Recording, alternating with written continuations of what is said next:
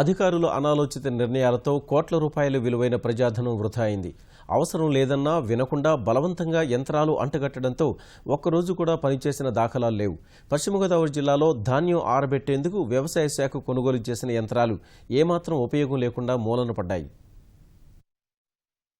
పశ్చిమ గోదావరి జిల్లాలో ప్రధాన పంట అయిన వరిని ఖరీఫ్, రబీల్లో దాదాపు 10 లక్షల ఎకరాల్లో సాగు చేస్తారు. ఖరీఫ్లో పంట కోసిన వెంటనే ధాన్యాన్ని రైతులు మార్కెట్కు తరలిస్తూ ఉంటారు. తర్వాత పంటకు పెట్టుబడి అవసరాలు ఒక కారణమైతే ధాన్యం నిల్వ చేసేందుకు తగిన స్థలాలు లేకపోవడం మరో కారణం. కూలీల కొరతతో ఈ మధ్యకాలంలో ఎక్కువగా యంత్రాల ద్వారానే వరి కోత కోస్తున్నారు. ఈ విధంగా కోసిన ధాన్యంలో తేమ శాతం ఎక్కువగా ఉంటుంది. దీనివల్ల రైతులకు సరైన ధర లేక తీవ్రంగా నష్టపోతున్నారు. ఈ సమస్యకు పరిష్కారంగా ఉంటుందనే ఉద్దేశంతో ధాన్యం ఆరబోత యంత్రాలను వినియోగంలోకి తీసుకురావాలని వ్యవసాయ శాఖ భావించింది. అనుకున్నదే తడవుగా జిల్లాకు 14 యంత్రాలను కొనుగోలు చేసింది. ఒక్కో యంత్రం ఖరీదు 16 లక్షల రూపాయలు కాగా 12 లక్షల ప్రభుత్వం రాయితీ పోను ఒక్కో సొసైటీకి 4 లక్షల రూపాయలకు వ్యవసాయ శాఖ అంటగట్టింది. వీటిని ఒక్కరోజు కూడా రైతులు వినియోగించక నిరుపయోగంగా పడి ఉన్నాయి.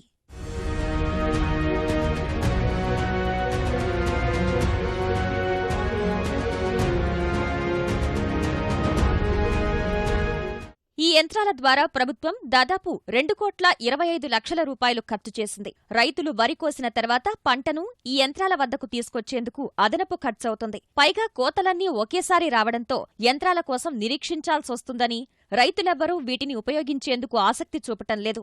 బయట ఆరపోసినా యంత్రాల్లో ఆరపోసినా ఫలితం ఒకేలా ఉందని రైతులు పెదవి విరుస్తున్నారు. వీటిని ఉపయోగించకపోవటం వల్ల 2 ఏళ్లుగా ఎండకు ఎండుతూ వానకు తడుస్తూ మూలన పడ్డాయి. బాగా పనిచేస్తుంది, మొక్కజొన్నలు డైరీ చేస్తుంది, ఒడ్లు డైరీ చేస్తుంది, బాగా పనిచేస్తుంది, మీ పల్లెటూళ్ళలో బాగుంటుందని ఇచ్చారండి. అది మొక్కజొన్నలు పోసిన డై అవ్వట్లేదండి, ఒడ్లు పోసిన డై అవ్వట్లేదండి. పైనుంచి మళ్ళీ మెకానిక్ని తీసుకొచ్చారండి బొంబాయి నుంచి, అక్కడి నుంచి అతను వచ్చినా అదే ధర అయింది. ఇవాళ 4,50,000 సొసైటీలో డబ్బు కట్టించారండి. ఇవాళ దాన్ని అతిగతి లేదండి. కలెక్టర్ గారికి పెట్టుకోమన్నారండి, 2 సార్లు కలెక్టర్ గారికి పెట్టామండి.